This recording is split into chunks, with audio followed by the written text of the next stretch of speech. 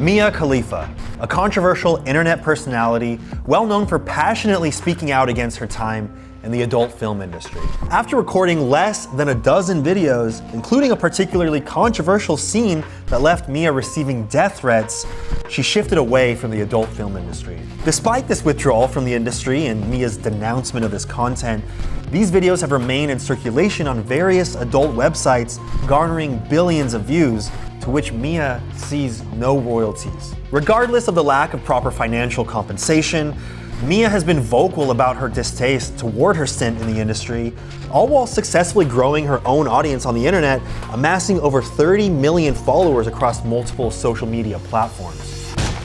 My name's Anthony Padilla, and today I'm gonna be sitting down with Mia Khalifa to learn the truth about her story. Does Mia Khalifa embrace her past as she enjoys the immense stardom and opportunities it's brought her? Or has the relentless scrutiny and shame of her past pulled a dark curtain over her entire sense of self, leaving her feeling shattered and isolated? Hello, Mia! Hi! Thank you so much for coming on and teaching me about the world of Mia Khalifa. I feel weird not shaking your hand, but like, what is, I don't know, Yeah. the COVID handshake. So what do you consider yourself? Internet personality? World-renowned controversial human? I consider myself trying. Trying? I'm just trying to just keep myself afloat and do things that I like. Why is there so much controversy surrounding you? I feel like sometimes I inadvertently place myself in the middle of controversy. Like sometimes I really forget that, oh wow, there's people who like see my tweets other than my friends, and people who see my posts other Yeah. than my friends, and then Yeah. I end up being in a social media storm. Everyone starts with no audience for the most part, so you're learning as you go and you're like, oh wait, I can't treat my platform the same as I did when I first started. Which is a little weird for me to reconcile with, because I feel like authenticity comes from not really giving a f and saying whatever you want. Right, and that's why people liked you in the first place. Exactly. So now that I kind of like try and hold back and be a little bit more politically correct and diplomatic, I feel like I'm losing myself a little bit. So sometimes I just gotta throw a monkey wrench into everything normal Right. and Quick, say something controversial. oh my God, wow, I could have, oh my God, she shot her pants. Your 25 lawyers in the back are not happy right now. my God. How old were you when you first got into the adult film industry? And is there any reason in particular why you chose to partake? So I was 21 years old, and the reason was wrong place, wrong time at many points in my life, wrong mentality at many points in my life, low self-esteem, Right. very low self-worth. So you first got into the industry because it was like a way to boost your self-esteem? I started to get positive male attention, which was validating for a very short period of time. Right. And then I kind of started to chase that validation because I felt like that was the only way for me to get positive attention from men, because I was so overweight growing up. You weren't expecting anyone to see it? 'Cause Absolutely not. I mean, like, how many videos are there out there of people doing sexually explicit things? Like billions? Literally billions. And you're like, mine's gonna be like drowned out, for First sure. of all, mine are trash and there's only 11, please move on. At the time, how did you think your life might be affected by recording those scenes?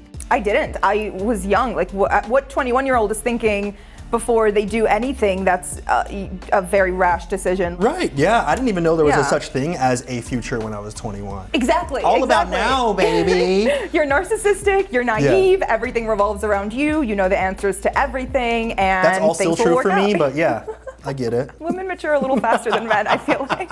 So you didn't think the general perception of you would change at all? I didn't think there would be a general perception. I didn't think enough people would see it. I thought it could be, you know, little secret that I do for a short while, and, you know, then it just gets swept under the rug. Some people, leave mean tweets about people in secret. Some people just join the adult film industry in secret. Like, we don't think any of these things are gonna amount to anything. Yeah, and it's not so much like I was thinking I'm joining the adult industry. It was more Right. like, oh, I'm doing this crazy thing, and, you know, I'm getting away with it, and Yeah. it's kind of fun temporarily, and I'm not really thinking about long-term mental, physical life effects. It must have been exciting for a moment because you're like, this is my own secret, it's my God. own world. Yeah, I mean, it's like an adrenaline rush at 100, and then you come crashing down, and then you go chasing for it again, which is why, you know, I went back, because Yeah. the validation would immediately dissipate, and I would Right. be just drowning in shame and embarrassment and confusion about why I was feeling that way. And I went back because I got the validation back. How do you think your experience in the industry might be different than people assume? I think people assume that I am just loving the success and loving everything that I've gotten because of it, and they don't really understand that. No, I really didn't want this after I quit. I went off the grid, I worked 2 normal jobs. I really tried to make normal life work again because I thought, okay, I got out early enough. I don't, Yeah. I can still salvage what's left of my life. Right. And after a year of trying to do that, I realized it wasn't the case. Do you remember what the economics of those deals and contracts were actually like? Well, off the videos, I made $12,000. And $12,000. $12,000 according to my tax reports and according to my bank account at the time. The other $160,000 unaccounted for over the span of about 3 years is me being on salary for being a social media manager for Bang Bros. Do you feel you're appropriately compensated for the work that you did do, in particular on those scenes? I do not think so, but I am also not trying to get money back. Right. It was never about the money, Yeah. right? The reason I came out with the video in the first place, kind of explaining how much I made, is because the overwhelming majority of people truly believes that I make basically $1 for every time a video is viewed. They're like, you're famous, Yeah. you're rich, what do you got to complain Like, I about? have $800 million just from people like viewing the. That's not how it works. You Yeah. get paid for the day, and that's Yeah. it. You don't Yeah. get any royalties. You don't get anything afterwards, and anything I did receive afterwards, I worked for. Right. So you were contracted by them to work for them separately from the content that you made. Yes, after I left the industry, absolutely. Can you tell me anything specific about the specific scene that raised so much controversy around you? I went in that day not knowing what the scene was about. I'm in hair and makeup, and the 2 producers come in to kind of give me the rundown about what is going on in the scene today. And they ask me if I can speak Arabic, and I tell them yes, and they're like, perfect, we're gonna do this. I was asked to wear a hijab and perform in a threesome with another girl as the scene. And how bad did the reaction get regarding the hijab scene? Death threats. Most of the death threats don't come from like the incels watching porn. They come from the people who were just so mad at me for putting on a hijab and making Muslims look bad. Yeah, you literally had people claiming to be ISIS giving you death threats. Yeah, sympathizers. And then my Instagram account at 2 million followers got hacked by ISIS sympathizers and then taken down for propaganda being posted on it. That's super interesting to me that you have had people, build whole hate campaigns surrounding you for that scene, but yet the people responsible for this get to just live high and dry, and they get to continue doing it to this day. Can I for the tell you most what part. makes me sleep peacefully at night though? Sure. Knowing that a man made an entire spear campaign against me because that's how much he fears me and the truth coming out. Damn, So you got power, win. that gets my hard. Damn, Yeah. you've been doing push-ups lately? Because it's looking real strengthful. Veins are pumping. Yeah. What made you want to leave the adult film industry? Realizing I was in the adult industry. What made you realize that you were part of an industry and not just like doing one-off side gigs? About a few weeks into the contract, they had me signed to extend it once all of the news started breaking out about like with the death threats and with the hijab scene and everything. Like when they tried to lock me in for longer and try to pivot everything they did with me to be that controversial like Middle Eastern hijab, like they turned the whole website into basically a landing page for ISIS to put people on their, no fly into wherever they are list. Do you feel like you walked into a trap? I feel like I was led into a trap. It started way before the age of 21, but just being naive and being very vulnerable was not a good combination for meeting the person I met at the age that I was and the things that transpired after. I would say that if I had never met that person, I never would have done porn. I Right. never would have done the things that people know me for doing, and I could have just been living life normally, making $18 an hour, hopefully, somewhere. So, I mean, if you could, would you trade your life now for a more modest lifestyle like that? Yes, I would trade it in immediately, like in a heartbeat. Yeah. And on the flip side, I'm very proud of how far I've come and how hard I've worked to get to where I am, and all of the things that I've done against the odds to kind of distance myself from me at age 21. And I am proud of that. I'm proud of just coming so far. How has being in the adult film industry, even for such a brief period of time, affected your day-to-day life? People will grab me. People will grab you? Not like, you know, at a bar setting or at a club setting. I'm talking about Right. the grocery store where I just get grabbed and come up to, and They like, think I've that they been- own your body because they've seen your body. Exactly. Like, they will follow me to my car, they will grab me by my arm. When I tell them no politely, they'll call me a or a slut or like anything in the book. It's happened in the most wholesome of places, like waiting to get my passport stamped at the Copenhagen airport. And I'm standing there with my husband, and this guy comes up to us, and after I politely say no, because I just got off a 15-hour flight, he screamed at me that I was a bitch and a slut in front of a line of about 45 people, and me and my husband are just standing there with 20 people ahead of us, like, okay, so all right, just don't make eye contact with anybody. So he wanted to get a photo, Yeah. and then he called you derogatory things because Yes. you said no. Yes. They will show you respect unless they feel disrespected, and a simple no is enough to make them feel disrespected. Yep. They can't handle no. They can't handle the word. What is consent though? What is it? No means yes, maybe. Does yes mean if that's what we're going by? Pretty much. Jesus Christ. Has your history affected your ability to get or maintain a job or certain work? So the first place that I worked at was a law firm. I would either get hit on by the lawyers, or they would make snide comments, or people in the office would kind of get cliquey, or, you know, clients that would come in would whisper. And then the second place I worked at, which was a construction firm, I was the bookkeeper and receptionist.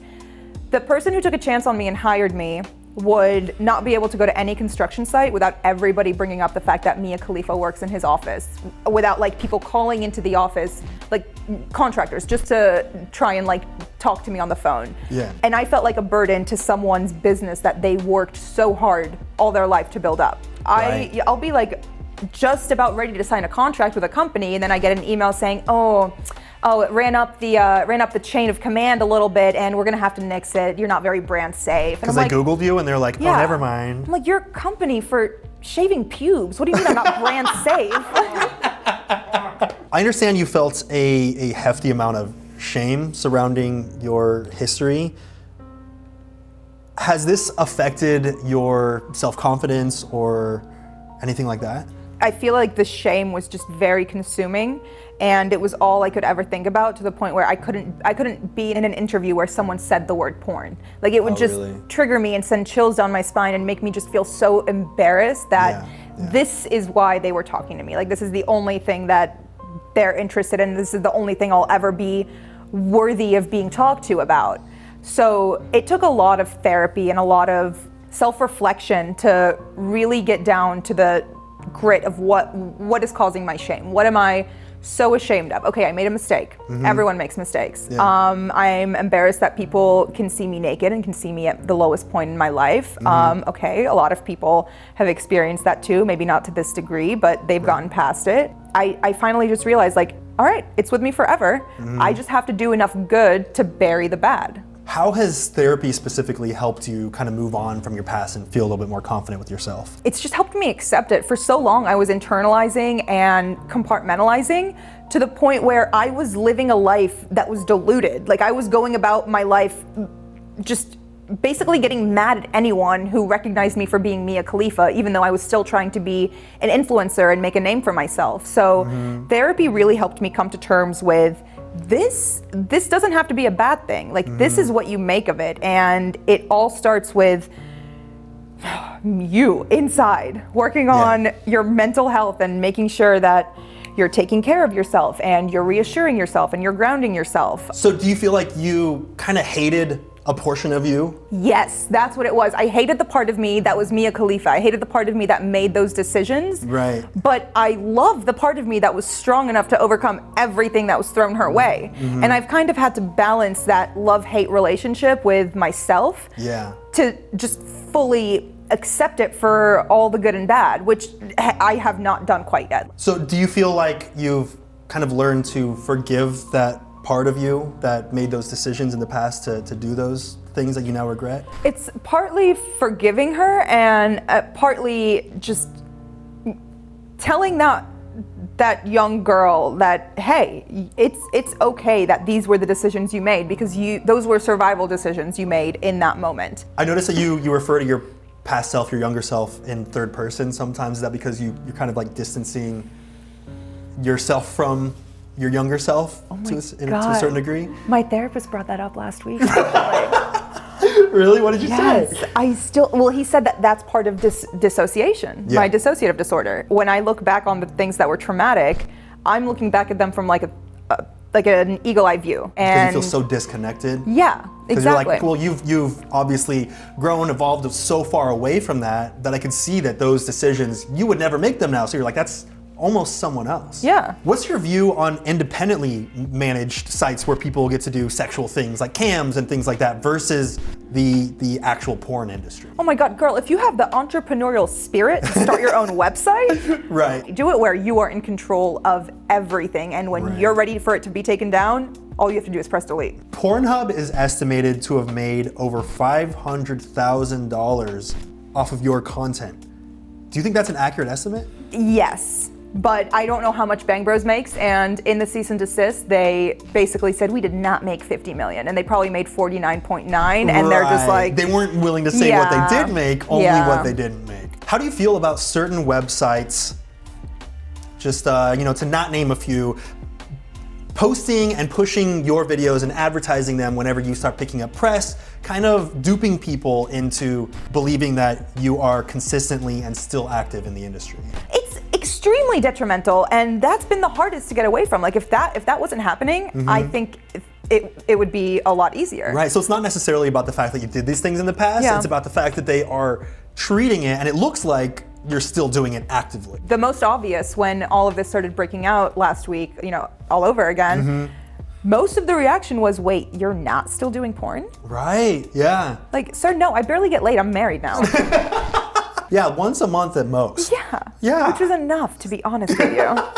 If there's anyone watching who is claiming, oh, she's victimizing herself, she knew what she was getting into, she signed a contract, she deserves everything coming her way, what would you say to them? This victim blaming thing is not it. This is not a good look for you. You are a grown-ass corporation going after a girl who is just trying to move on. Y'all look dumb. I can't wrap my head around the fact that some people are devoting their time, taking time out of their day to say you deserve what comes your way. For why? What are they getting out of it? If I'm not winning this fight, then they can still keep me in that little box of, little tiny shiny box with a bow that says on it. And that's where they feel safe with me being, because I'm not a threat in that box. And that power gets to go away if the general consensus is she doesn't want her body to be seen. We should respect that, even if she did sign something when she was 21 years old. Honestly, barely an adult. Yeah. And are our brains even fully formed? Not till 25. 25? So any decision you make now, though, fully formed brain. Me trying to get out of my current lease, You're like, my brain's not fully formed, I'm a baby.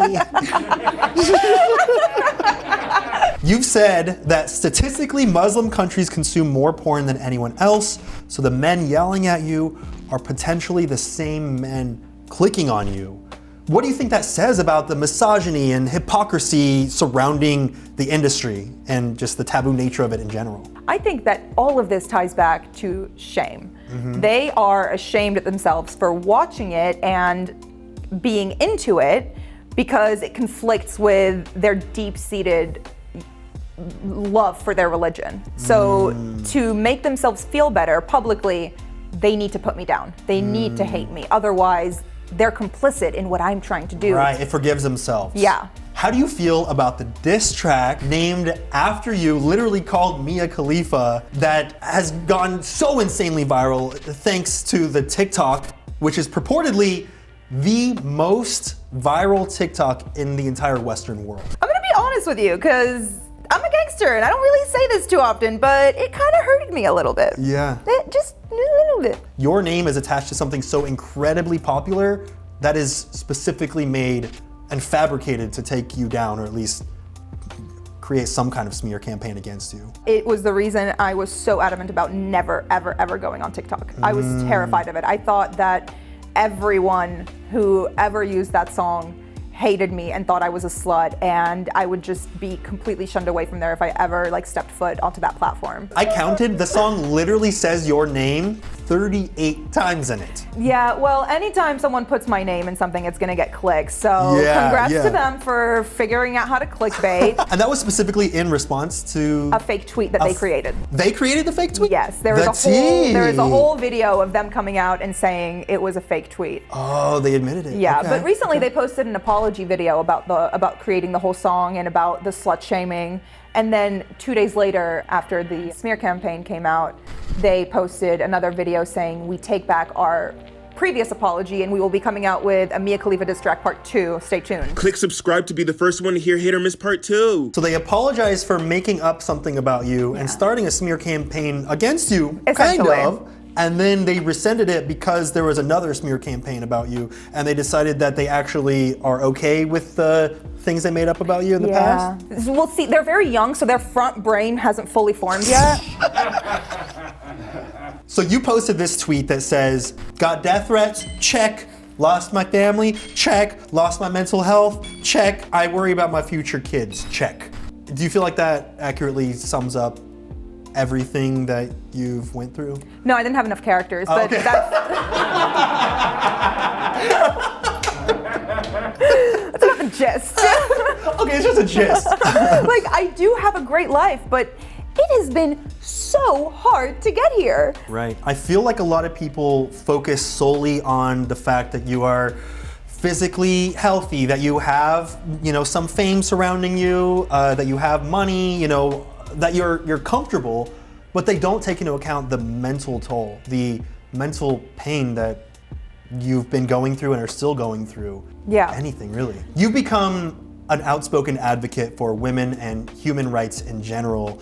If it were up to you and you could change the laws to make things safer for people out there, what kind of things would you change? I just want to protect young women who want to go into this industry. I think that it should be illegal to force a woman to sign a contract right then and there. They force you to sign it then and there They in the don't seat? force you, but they put it in front of you and say, this is your contract, sign it.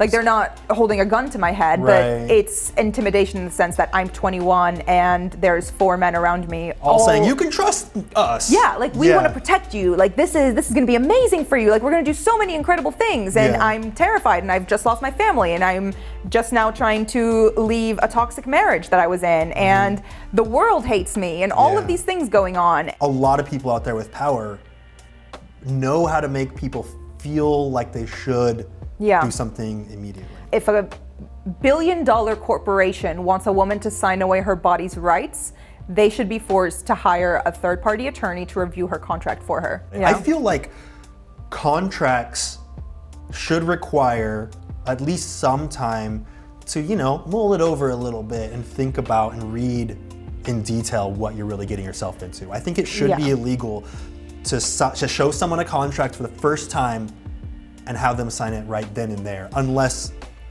they make that choice very apparent. I was still very much in that validation-seeking mindset where I didn't know if I said, I want to have an attorney look at this, or I want to think about this, or I don't like this part of the contract. I thought that they would just say, all right, kick rocks, leave. I feel like now you know, and at least you can now send a message to people. Read a contract, give yourself some time, hire the right people, really think about it. It's not a good position to be in. No, especially when you're young. You feel really helpless. Yeah, absolutely. And there's nothing to be done about it because it's right there on paper. You signed it. Like, there's no refuting it. If there's anyone watching this right now who is young and thinking about getting into the industry themselves, is there anything that you'd want to say to them? Own your content. Own all of your content. Do not work with any of these production companies that promise you the world and offer you nothing. Like, these girls are making bank on OnlyFans, and it's 3 buttons away to take everything down if they so choose to in the future. It sounds like this discussion is way beyond just the industry in general. It's specifically about contracts. It really is. That's what it comes down to. I'm not against the porn industry. I am against these predatory contracts. It was about the aftermath because you were, Yeah. in a sense, taken advantage of due to predatory contracts and feeling forced to sign immediately on the spot. It's not all production companies that are this way. That's Right. there's a lot of female-owned porn production companies that have a limit on how long they've licensed your content and Right. how long it can stay up and be promoted. Whereas a lot of other companies, not so much. If you put profits above Human rights. human rights, I think that says a lot. I think Yeah. that really says a lot. Yeah. It says a lot about the disrespect that you have for that person or that type of person. Yeah, exactly. That you said it perfectly. I can't add anything better to that. Has your fame affected any of your relationships? Every relationship. Yeah. My first relationship after porn was dismantled for a multitude of reasons, but the main one being he kept me a secret from an entire part of his life because he was ashamed. And any type of dating afterwards, it was either they were off-put by the whole fame aspect or they were a little too into dating Mia Khalifa, which is disgusting. Yeah, where they're like bragging about it to their Yeah. friends and stuff. Yeah. And then I met my husband, who had never heard of me, which was so refreshing. You're like, have you heard of me? No, thank you. He's like, I am so sorry. I know I should have heard of you. You're like, no, that is great, actually. It was literally a conversation like that. I was like, Yeah. okay, well, take a seat because I'm about to fill you in and you Yeah. can run if you want. And he Yeah. didn't run. But it still affects my relationship. Like him and I go to therapy together to work out how he can kind of reconcile all of the hate that he gets Right. versus like still wanting to support me publicly and not feel like not make it seem like he's ashamed of me while also still protecting his mental health and our relationship. Dating you, being married to you, has forced him to kind of become part of all this. Yeah. You can't pick and choose what parts of me you're proud of. It's either unconditional or I'm out the door. And I've been working towards that and really trying to understand what support means for both of us and how to kind of minimize those outside voices that are the public just trying to bring us down. And you know he really likes you when he's willing to take a death threat for you. Oh yeah. That's true love. It is. You haven't experienced true love It until you've is. taken a death threat for someone. What is a negative interaction that stood out to you that you think most people would not imagine to like actually happen to someone? I was at a business meeting in London and I was there with a company that I had just signed with. It was the two men who were the heads of the company and my manager at the time. And we were just sitting down kind of celebrating having just done a great press tour for the project we were working on. And I get come up to by this guy and his girlfriend, and we were interrupted in the middle of talking and eating. And he said, "Hey, Mia Khalifa, can I get a picture with you?" And I looked up at him and I'm like, "No, we're eating." And I said it just like that. Like it was a rude way, but it was also very rude for him to come up while someone was actively in the middle of a conversation. And after I said that, his girlfriend, who was standing next to him, grabbed him by the arm and said, "I told you that wasn't her. There's not enough on her face. Let's go, babe." And I went into the bathroom and cried, and I didn't really know how to handle it, especially because it came from a woman, and especially because I was there for business, and it was something that had nothing to do with the adult industry, and I was just very dejected and embarrassed and felt like they would never want to work with me again. That must have been really hurtful. Yeah. Did they end up working with you still after that? Yeah, we're still on the contract. Okay. Good. Okay. They're like, that's it, I'm out. No, they were actually like very they were trying to comfort me after, and I was just trying to play it off like, oh no, like who cares? What a dumb bitch. I'm sure you've like grown thick-skinned to reading comments like that, but to have someone right there in your vulnerable state, Yeah. when you're like obviously having a moment, and for them to come out there and just blatantly disrespect you like that. Yeah, that was the only words I exchanged with them, and I will probably never forget that experience in my life. What is it about being who you are and who you've become that brings you the most joy? Being forced to learn more about myself and feeling a lot of times like it's never gonna work and it's worthless and I should just delete all social media and just give another shot at being a normal person and see if it works. But I'm very proud of my struggle. The things you've gone through and the ways that you've grown, I feel like you've been able to help a lot of people out there on the internet just trying to live their life. You know, you've been able to prevent them from making similar mistakes. I really hope so. Yeah. Otherwise, it's not worth it. Like, my mistakes are only worth it if other people can learn from them, because it's over for me, but I gotta try and do good with what I know. I actually have a parting gift for you, a Best Interviewer shirt, which you could get at padildoshop.com, but for you, Mia, this is free, and I will socially distance throw this to you. Don't let it get near your face, because this is infected. Okay. Okay? Okay. Yeah. Yeah. Yeah, disinfect that, spray the Lysol all up in that. This is why I do this, for free t-shirt. Damn, look at that! Best interview shirt. I'm gonna wear this to my next interview. Yeah! They're gonna be so mad. Best Interviewer shirt, you're like, I'm interviewing you. All right, you got 5 seconds to shout out or promote anything you want directly to camera. Go! Follow more Black creators on all social platforms. You got 5 seconds to place all of your burden from your past onto some other random person. Go! You look like you could handle it. He's been through some I mean, like, he's seen some This is my Horcrux now. Yeah. I'm putting all of my burdens in Just here. put it there. He could deal with it. If you subscribe to his channel, I will not follow you, but you should subscribe to his channel. Damn, who could want, I mean, like, that's a great deal. I will look at your account, but not hit follow.